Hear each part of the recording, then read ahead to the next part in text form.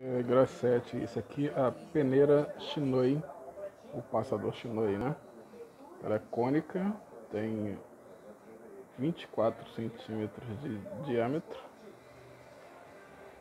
tem 13 de altura, e os buracos são nas laterais. Quando você joga o alimento aqui dentro, o líquido desce e vem até pela ponta, fica mais difícil você se queimar. Então, para mim é mais seguro, por isso que eu comprei esse modelo. O modelo que tinha lá no curso não era esse. Aqui é uma tela. Essa aqui é de aço inox, é uma chapa com diversos furos.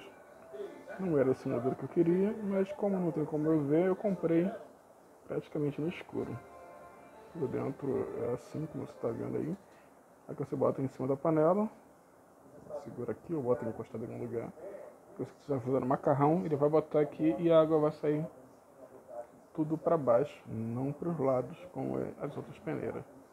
Tá? Então esse aqui, o cabo de aço inox também, a base onde apoia ou para você pendurar na parede, também de aço inox.